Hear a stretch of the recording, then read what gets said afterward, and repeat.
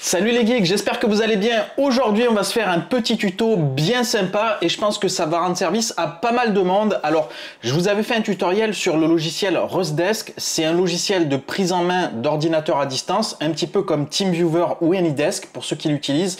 Mais ces solutions-là sont payantes, surtout si on a un usage un petit peu intensif. Avec Rustdesk, c'est totalement gratuit et cerise sur le gâteau, il y a une solution auto-hébergée qui va vous permettre d'avoir votre propre serveur Rustdesk et de pouvoir du coup ne plus utiliser les serveurs publics qui sont parfois soit surchargés, soit en panne.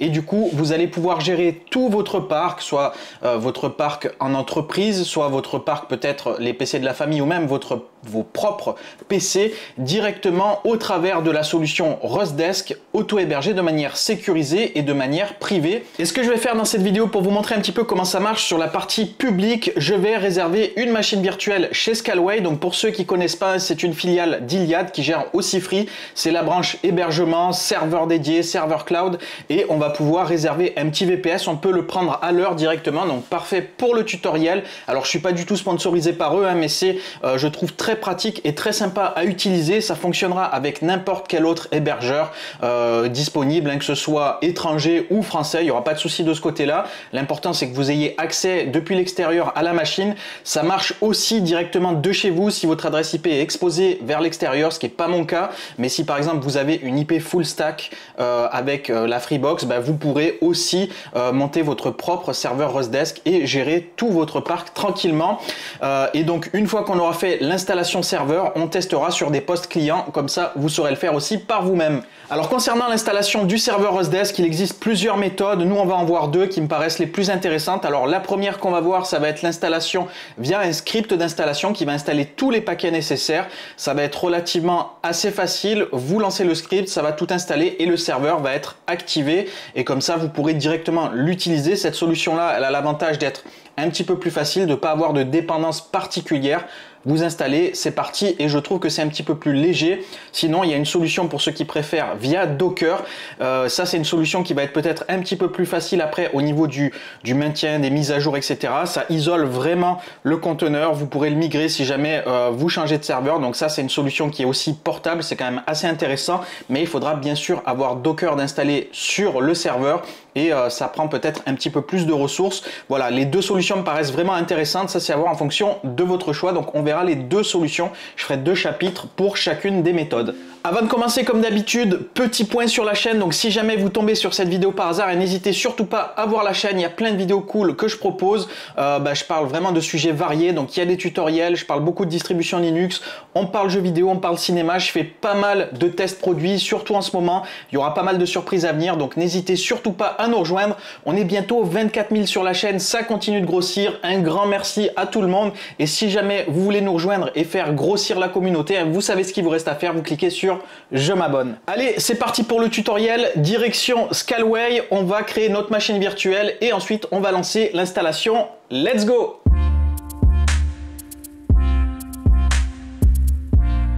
Allez, on se retrouve sur le site de Scaleway. Donc, je suis connecté, j'ai créé un compte. Je ne vais pas vous montrer là comment ça se passe. Vous pourrez le faire directement, hein, c'est pas compliqué. Donc là, ici, on va aller créer une instance. Donc, dans plus, ici, on va dans instance. Donc, vous allez pouvoir donc créer une instance ici.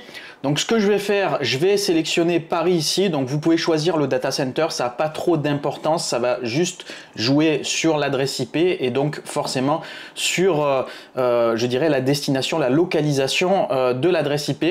Donc là ici, alors en learning c'est les moins chers, mais il n'y en a plus de disponibles. Elles font en gros voilà ici 0,0002 € de l'heure, donc elles sont vraiment pas chères. Il y a 1 giga de RAM et il y a un vCPU. Je pense que ça devrait être suffisant, mais bon, c'est pas dispo. Donc on va se prendre la Dev 1S. Donc bien sûr, ça vous pourrez choisir le serveur de votre choix. Forcément, plus il va être puissant, plus il va être cher. Là pour le tuto, moi, ça va me suffire. Et si vous voyez après que ça commence un petit peu à laguer, vous pourrez toujours passer vers des solutions plus performantes. Donc là, on a 2 vCPU, 2 Go de mémoire, on a de la bande passante 200 mégabits. Et donc ici, on a le coût estimé avec le stockage, etc. Puisqu'en réalité, ça c'est le coût de l'instance, mais après, il faut aussi rajouter le stockage. Bon, c'est un peu bête de le mentionner comme ça, mais ça fonctionne comme ça sur ce genre de solution. Donc vous voyez, il me propose tout un tas de types de petits serveurs ici. Vous avez même des serveurs à GPU. Donc on va descendre ici. Donc vous avez des distributions déjà préactivées ici. Vous pourrez, si vous le souhaitez, mettre d'autres trucs. Il me semble, c'est possible aussi. Mais moi, donc je vais partir sur du Debian. Donc c'est une valeur sûre. On aura quelque chose de très stable. Donc là ici, le nom de la machine, on va mettre, moi je vais pas me prendre la tête, je vais mettre Rust Desk Server. Donc vous l'appelez comme vous voulez, ça pour ceux qui ont plein d'instances chez Scalway, ça vous permet de la retrouver facilement. Donc là ici on a le bloc de stockage, donc par défaut là il y a 10 Go, je pense que ça va suffire en tout cas pour faire ce petit test et après en fonction bien sûr vous pourrez le faire évoluer le stockage. Donc je vais laisser comme ça va réduire le coût. Donc là ici au niveau de l'adresse IP publique, donc c'est ce qui est important ici pour qu'on puisse y accéder depuis l'extérieur. Donc là, il va nous allouer une IPv4, donc qui coûte 0,004 centimes d'euros à l'heure. Donc je vais décocher IPv6, j'en ai pas particulièrement besoin. Donc ensuite ici, on a la partie clé SSH, donc c'est un truc vraiment important parce que si vous n'avez pas de clé SSH de disponible, vous ne pourrez pas vous connecter à votre machine virtuelle. Donc ce qu'on va faire, on va générer une clé SSH, donc deux solutions pour vous. Soit vous cliquez ici et donc vous récupérez la commande ici, vous la collez sur votre terminal sous Linux, ça va vous générer tout ce qu'il faut avec la clé publique, vous la mettez là, vous la sauvegardez et ensuite donc vous pourrez vous connecter au travers de la clé, ce qu'on verra un petit peu après. Si vous êtes sur Windows par exemple, vous pouvez utiliser le petit logiciel PuTTyGen qui est le générateur de clés de PuTTy. Donc PuTTy c'est le logiciel un petit peu phare pour se connecter en SSH sur Windows. Donc il y a d'autres logiciels mais celui-là il est quand même assez coté on va dire. Donc là ce qu'on va faire, on va faire un generate ici. Donc on bouge la souris ici dans cet espace. En gros, ça va générer des positions aléatoires qui vont servir de base pour générer la clé de manière un petit peu aléatoire. Donc voilà, là j'ai ma clé publique ici. Donc je vais la coller. Donc je copie ici ma clé. Donc je fais ajouter une clé. Je vais la coller ici. Et je vais mettre ici par exemple Rust Desk Key. Hop, j'oublie un S. Je fais ajouter la clé SSH, donc elle est enregistrée, je reviens sur mon PuTTy ici, donc je vais mettre ici un petit mot de passe, vous pouvez mettre ce que vous voulez, là par exemple vous mettez par exemple Toto, bien sûr vous mettez un mot de passe un petit peu, je dirais un petit peu sécurisé, là c'est pour le tutoriel pour que je puisse facilement le réutiliser, et ensuite on fait Save Private Key. Donc là je vais la sauvegarder dans le bureau par exemple, sur le bureau, hop. Non, c'est là, tac. Ici, je vais me mettre hop, Rust Desk Key. Voilà, comme ça, je sais que mon fichier est sauvegardé, donc ma clé privée. Et à ce moment-là, donc je vais pouvoir l'utiliser ensuite pour me connecter à la machine virtuelle. Donc là, une fois qu'on a ajouté notre clé, tout est prêt pour pouvoir, je dirais, réserver la machine. Donc je vais créer l'instance et à partir de cet instant-là, je vais commencer à être facturé. Si vous voulez avoir une estimation du coût, là par exemple, c'est le coût à l'heure. Donc à l'heure, ça coûte en gros 1 centime et des poussières. Ce qui représente par mois 10,21 €. Donc c'est des instances qui sont quand même relativement peu coûteuses, sachant que là donc c'est l'offre dev. Après il y a encore une qui est un petit peu moins chère mais qui est en rupture, donc après selon les fournisseurs vous pourrez prendre le moins cher possible, mais en gros voilà, pour 10 € par mois vous aurez un serveur VPS en gros privé sur laquelle vous pourrez connecter tout votre parc, donc ça reste relativement intéressant. Allez, c'est parti, on va faire créer l'instance. De toute façon, si vous avez fait des erreurs, si vous voulez changer des choses, vous pourrez facilement supprimer l'instance, la recréer, toutes les actions sont disponibles. Vous pouvez notamment ici par exemple supprimer l'instance, lorsque vous n'en avez plus besoin, ça va directement dégager l'instance et donc arrêter la facturation, et vous avez plein ici de fonctions disponibles, comme ici dans les actions, vous pouvez redémarrer votre serveur, l'éteindre, vous pouvez même changer d'offre. Donc augmenter les specs. Donc ça c'est très cool. Si jamais vous commencez à être un petit peu light au niveau de la RAM, au niveau du CPU, vous allez pouvoir sans avoir à tout réinstaller et tout, changer directement l'instance. Donc ici dans paramètres avancés, vous avez des fonctions intéressantes comme ici vous allez pouvoir faire des sauvegardes et vous allez pouvoir par exemple protéger l'instance ici. Donc si vous la mettez en mode protégé, en gros ici vous ne pourrez plus la supprimer, la mettre en veille. Voilà, ça va être un petit peu verrouillé. Donc ça c'est quand même assez intéressant. Donc moi j'en ai pas particulièrement besoin. Et donc ici dans aperçu, vous avez toutes les infos concernant votre machine virtuelle, la zone de dispo, quel OS vous utilisez, le nombre de cœurs, la RAM. Donc là vous avez le statut, donc en cours, vous avez l'état de facturation actif, vous avez ici l'adresse IP publique, donc c'est l'adresse IP avec laquelle on va utiliser le serveur Rustdesk, et c'est avec cette adresse IP qu'on va se connecter. Alors pour tous ceux qui essaieraient après d'essayer de rentrer dans le serveur Rustdesk, etc. après la vidéo, ça sert à rien puisque cette instance je vais la supprimer.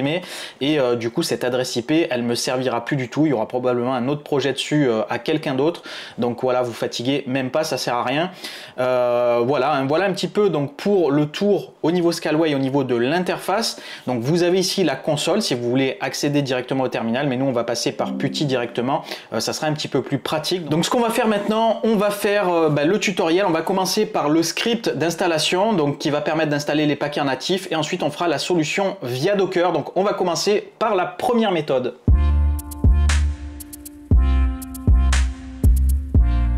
Allez, j'ai préparé plusieurs onglets. Donc déjà, première chose à faire, vous allez m'installer PuTTY si jamais c'est pas fait. Donc je vous mettrai le lien en description. Vous cherchez PuTTY sinon sur Google, donc putty.org ici, et vous téléchargez PuTTY.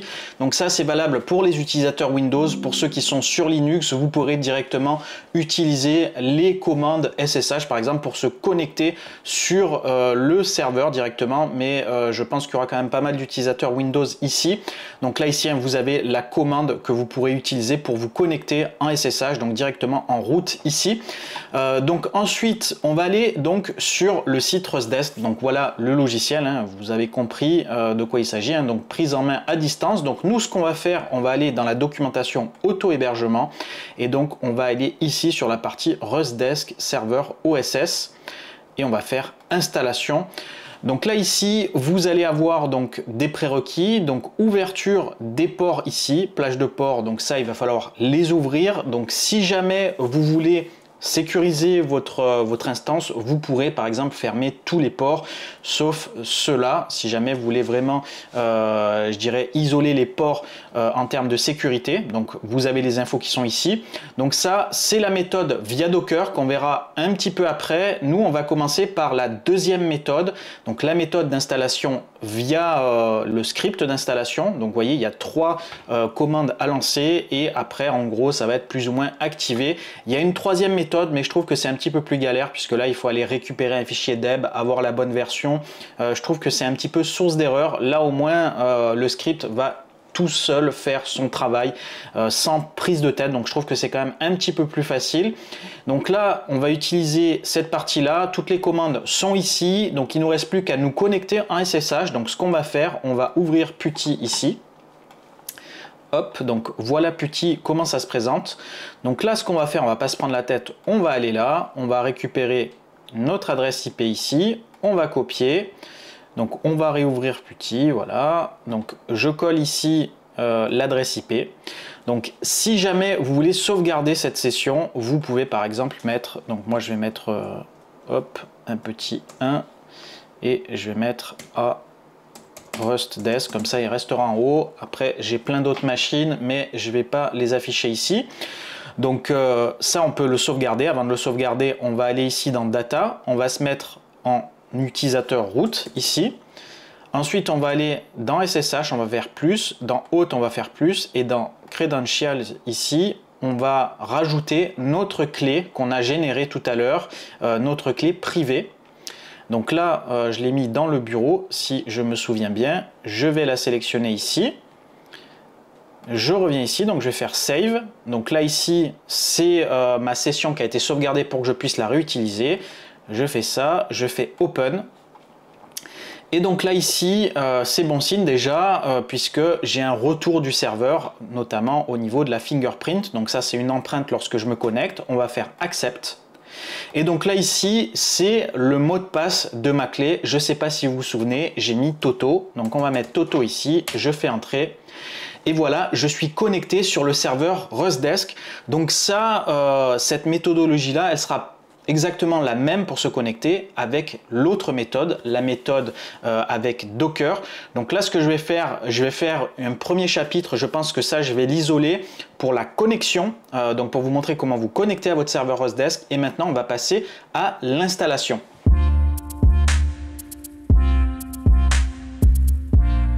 Allez, ce qu'on va faire maintenant, donc on va passer à l'installation. Alors, petite chose avant, pour éviter de se prendre la tête, je vais créer une image de l'instance. Donc, c'est-à-dire que je vais sauvegarder l'instance à un instant T pour pouvoir ensuite la réactiver comme ça, ce qui va me permettre de faire le deuxième tutoriel sans avoir à tout désinstaller. Donc, je vais créer l'image de l'instance. Donc voilà, il y a un petit coup ici. C'est pas très grave, je la garderai pas très longtemps. Ça va être uniquement pour le tutoriel. Donc, hop, je crée l'image de l'instance. Et donc ici, j'ai le snapshot ici qui est activé et je pourrais directement la récupérer et passer à l'étape 2 quand on fera la solution via Docker. Donc maintenant, on retourne sur notre petite documentation. Donc on va copier ici la première commande, on va coller, donc il va récupérer le script d'installation. Deuxième commande ici, on va rendre le script exécutable, ce qui va nous permettre de le lancer et ensuite on lance cette commande là. Hop, install.sh et vous voyez, il va en gros mettre à jour certainement, je dirais, une source de paquets. Il va installer les paquets nécessaires. Alors là, avec quelle méthode on souhaite se connecter? Donc moi, je vais laisser adresse IP. Donc je vais faire 1 ici, puisque j'ai pas là de nom de domaine activé. Si jamais vous avez un nom de domaine sur lequel vous pouvez mettre l'adresse IP, par exemple rustdesk.mondomaine.com, vous allez pouvoir le faire. Là, c'est pas mon cas. Donc je mets méthode 1, entrée. Donc là, il est en train de faire tout son bazar, hein, il fait l'installation et vous verrez qu'à la fin de l'installation, il va nous donner des informations qu'on va récupérer. Donc là, ici, qu'est-ce qu'il nous demande? Est-ce que vous voulez télécharger les configs et installer le serveur HTTP? Bon, on va mettre oui. Hop. Donc c'est en train d'installer tranquillement. Donc là, il nous a activé une interface sur laquelle on peut accéder et récupérer les fichiers de configuration. Vous allez voir, c'est plutôt pas mal. Donc là, hop, il me demande d'appuyer sur une touche pour terminer l'installation. Donc là, ici, il m'a activé sur le port 8000, ici, une interface. Donc on va aller voir. Hein. Tac. Donc là, j'ai un identifiant et un mot de passe, mais il m'en a donné ici, donc admin. Et le mot de passe ici. Alors hop, ça a collé ici, c'est pas ce que je souhaite. Je vais récupérer ça. Alors sur PuTTY, vous cliquez pas droit hein, pour copier, vous avez juste à sélectionner. Et ici, vous collez. C'est assez pratique. Donc bon, on va faire enregistrer, c'est pas grave. Donc voilà, là ici, on a, si on souhaite, un script d'installation, soit pour Windows, soit pour Linux directement. Donc vous pourrez le récupérer et installer le client directement. Donc ça, c'est comme vous voulez, il va être préconfiguré en fait, votre client Rustdesk. Moi, ça ne m'intéresse pas spécialement. Je vais vous montrer comment faire directement, puisque lorsque vous prenez la main peut-être sur des clients autres, ils n'ont pas forcément la possibilité d'accéder à l'interface. Vous allez donner peut-être vos codes, etc. Ça va être compliqué. On va passer directement par le fichier qu'on va télécharger sur le site officiel. Donc, très important ici, vous allez récupérer ces deux infos-là. Vous allez me les noter dans un document texte. Et ça, il faut les conserver, surtout la clé, puisque c'est ce qui va vous permettre de vous connecter et de connecter l'ensemble de vos postes au travers de votre relais, votre serveur relais Rustdesk.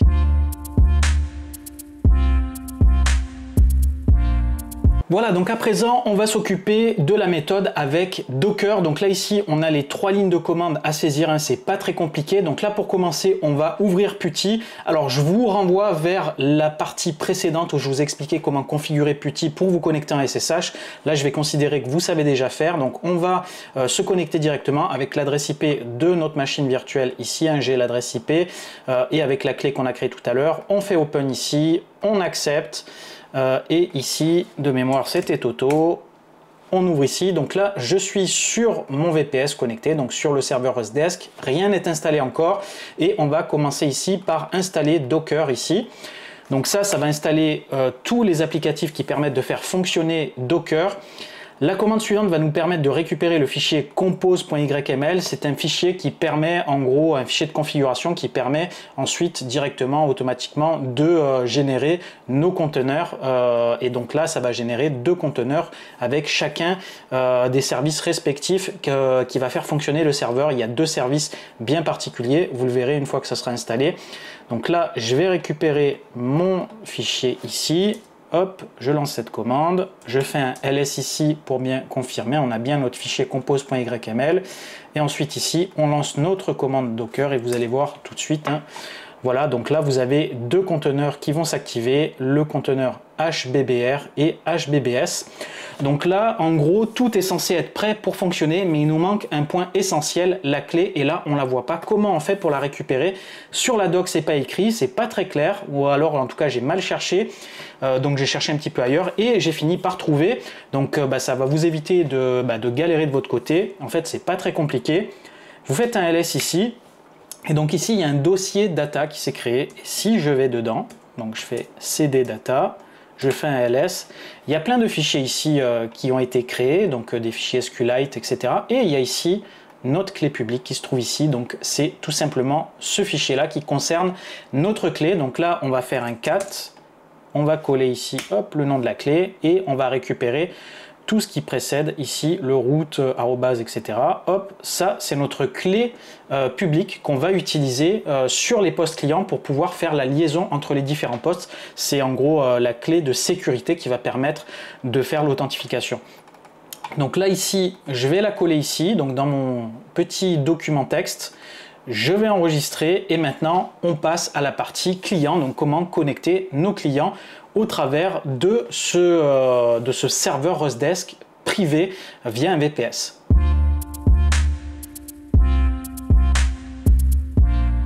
Allez, à présent, on va installer le logiciel Rustdesk client sur donc ma machine virtuelle sous Ubuntu. Donc c'est elle qui va prendre la main sur un PC sous Windows. Donc c'est aussi une machine virtuelle. Je suis obligé de procéder comme ça puisqu'effectivement c'est un petit peu compliqué lorsqu'on est seul. J'ai pas de PC à distance là. Donc la première chose à faire, vous allez sur télécharger. Vous allez voir, il y a plein de versions disponibles. C'est vraiment multiplateforme. Donc vous en avez pour Windows, pour macOS, pour Android et vous avez donc aussi pour Ubuntu. Donc là on va récupérer le fichier ici, c'est un point .deb. Donc là ici, moi il est déjà installé sur cette machine virtuelle. Je vais quand même vous montrer comment ça se passe, hein, c'est très facile. Vous cliquez sur le point .deb ici, vous l'ouvrez avec le centre d'application, vous faites ouvrir et ça devrait s'installer plus ou moins assez automatiquement. Vous avez juste à confirmer ici et ensuite c'est installé. Donc là moi il est déjà installé. Donc quand c'est déjà installé, vous allez ici dans les applications, vous récupérez Rustdesk ici, donc c'est ce logo là, hop, on va l'ouvrir. Et donc là ici on se retrouve avec le logiciel de lancer. Donc là ici on a notre ID qui concerne la prise en main pour cette interface là. Et là ici c'est ici qu'on va saisir le numéro qui va être disponible sur l'ordinateur pour lequel on veut prendre la main. Mais avant ça, il va falloir configurer des petits paramétrages au niveau du réseau pour qu'on puisse faire fonctionner notre serveur Rustdesk qui est sur notre machine virtuelle chez Scalway. Donc là, on va faire déverrouiller ici, on saisit notre mot de passe ici, on s'authentifie, on va ici, et donc là ici, à Server ID, vous mettez l'adresse IP de votre serveur. Donc là ici, elle est déjà renseignée puisque j'avais fait quelques tests pour confirmer que ça fonctionne bien. Donc là ici l'adresse IP est déjà renseignée, donc il suffit de la coller et ensuite je vais récupérer la clé que j'ai soigneusement mis dans un fichier texte ici, je vais copier, je vais hop revenir ici, je colle, tac, voilà. Donc maintenant je valide, si tout est bon il y a écrit succès et normalement si votre serveur fonctionne, on va faire démarrer le service, ici hop, ça devrait normalement fonctionner, on devrait avoir un petit prêt, voilà. Donc là ça fonctionne, hop, ça s'est relancé, voilà. Voilà, là ça fonctionne, donc on a un petit prêt qui est renseigné ici, donc a priori de ce côté-là on est bon. Je vais passer sur mon autre machine virtuelle sous Windows, je vais faire la même chose, donc on se retrouve dans quelques secondes. Voilà, donc je suis sur mon autre machine virtuelle sous Windows, on retourne dans les paramètres ici, hop, on va dans réseau, on fait serveur ID relais, on ouvre, donc là aussi on colle notre adresse IP, on va coller également donc notre clé ici, copier, coller, on valide, succès, et ici on est prêt. Donc a priori tout est ok. Donc maintenant je vais retourner sur ma machine Ubuntu et je vais essayer de me connecter avec l'identifiant de la machine qui se trouve ici. Donc je vais le copier, tac, et je retourne sur Ubuntu. Donc là logiquement, hop, je vais réduire ma fenêtre, je vais ouvrir ici mon Ubuntu, je vais coller, alors il est déjà là mais hop, au cas où, c'est bon, je vais faire connecter. Et donc là, il me demande le mot de passe, donc visiblement ça fonctionne. Et de l'autre côté, donc côté Windows, je vais réduire, hop, elle est ici. Donc là, on a un message qui s'est renseigné pour accepter la connexion. Je ne vais pas saisir le mot de passe, pas besoin, je vais accepter directement la connexion. On va mettre oui ici. Voilà, ça y est, l'élévation des privilèges a fonctionné et regardez, si c'est pas beau, je suis sur ma machine virtuelle sous Windows et tout ça en passant par le serveur Rustdesk qu'on a monté. On n'est plus sur le serveur public. Donc là, je le laisse en mode fenêtre comme ça pour que vous voyez que je suis bien à l'intérieur de mon Ubuntu. Regardez, hein. Hop, je suis bien dans mon Ubuntu et donc j'arrive à prendre la main. Et donc là, ici, je peux carrément modifier le fichier, je peux réduire ici la fenêtre. Voilà, j'ai vraiment pris la main sur ma machine virtuelle. Alors ça fait un petit peu bizarre là parce que l'écran est un peu plus petit, mais si je veux, hein, forcément, hop, je peux agrandir ici, me mettre en plein écran. Voilà, c'est un petit peu déjà plus grand et on peut donc faire vraiment tout ce qu'on a à faire. Donc on vient de monter notre propre serveur Rustdesk avec notre propre adresse IP et notre propre clé privée, ce qui fait qu'on a vraiment, je dirais, une solution sécurisée et personnelle, ce qui va nous permettre vraiment de pouvoir l'utiliser de manière un petit peu plus intensive que les serveurs publics et ne plus dépendre de leurs aléas éventuels. Donc maintenant, je vous laisse sur la conclusion. Voilà les amis, cette vidéo arrive à son terme. Alors j'espère que cette vidéo vous aura plu et surtout qu'elle vous sera utile, qu'elle vous permettra de créer votre propre réseau Rustdesk sans difficulté. Alors honnêtement, le travail qu'ils ont fait, il est vraiment énorme. Je suis ce projet depuis quand même pas mal de temps maintenant et ils sont vraiment au top. C'est des équipes chinoises et vraiment on voit que ils ont fait un gros travail, que ce soit pour le rendre multiplateforme, mais pour le rendre aussi de plus en plus fonctionnel. Et franchement, c'est vraiment le top du logiciel de prise en main. Franchement, vous pouvez dire sans problème bye bye à TeamViewer, à AnyDesk et autres, puisque là on a vraiment une solution qui est gratuite, qui est maintenu et qui est également suivi en termes de fonctionnalité. Vous pouvez quasiment tout faire et même regarder auto-héberger votre solution pour avoir une sécurité accrue, pour avoir une confidentialité accrue, bref, pour avoir vraiment une solution qui passe que par vos tuyaux et pas par les tuyaux de je ne sais qui. Quand vous passez par TeamViewer ou autre, hein, vous utilisez les serveurs de TeamViewer et après, on ne sait pas du tout ce qui se passe au niveau de leur réseau. Là, c'est un petit peu plus, je dirais, safe de ce côté-là et surtout, vous n'allez pas avoir de limites, de licences coûteuses puisque là, vous êtes sur votre propre système et du coup, vous allez pouvoir configurer plein d'ordinateurs comme ça. Alors comme d'habitude, si jamais vous avez des questions particulières, des difficultés, n'hésitez pas à me le dire en commentaire. Je sais que ce tutoriel, il est un petit peu, peut-être un petit peu plus compliqué que certains autres tutoriels que j'ai fait, puisque là, on a créé une machine virtuelle, je l'ai commandé chez Scalway, etc. Ça peut peut-être échapper à pas mal de personnes au niveau de l'aspect technique, un petit peu du fonctionnement.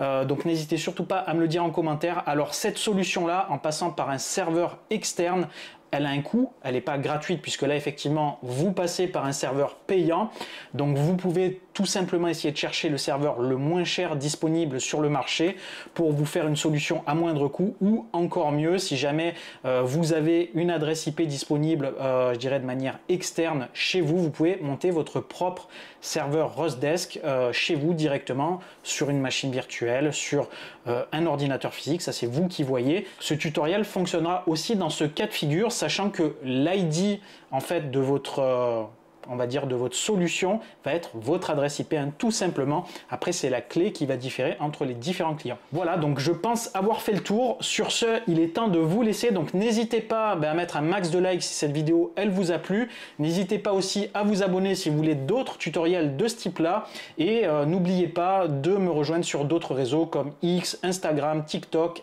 etc. Allez, je vous dis à très bientôt. Portez-vous bien. Ciao les geeks!